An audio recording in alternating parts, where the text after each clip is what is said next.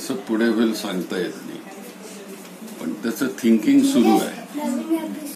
त्यांच्या घरामध्ये सुद्धा थिंकिंग सुरू आहे असं म्हटलं तर काही वावगं होणार नाही.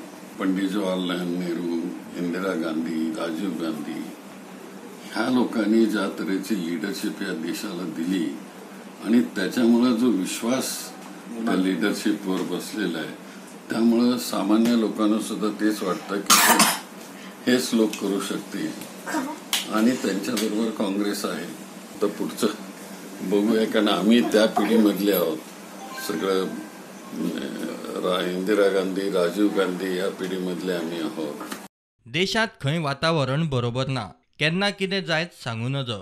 संपूर्ण देशामध्येच परिस्थिती बिघडलेली आहे आणि आता कुठे काय होईल याचा नेमच सांगता येत नाही. कारण असं कस्टम वाईज असं विचाराचं नीतीच संपलेली आहे, त्यामुळे कधी काय होईल याचा भरोसा नाही. काँग्रेसीत हे आधी मर्ग आयिल्ली, मात वयर सरली, आतांय परत वयर सरतली. ठीक आहे, काँग्रेसमध्ये अशी मरगळ बऱ्याच वेळेस आलेली, ही तिसरी वेळ आहे.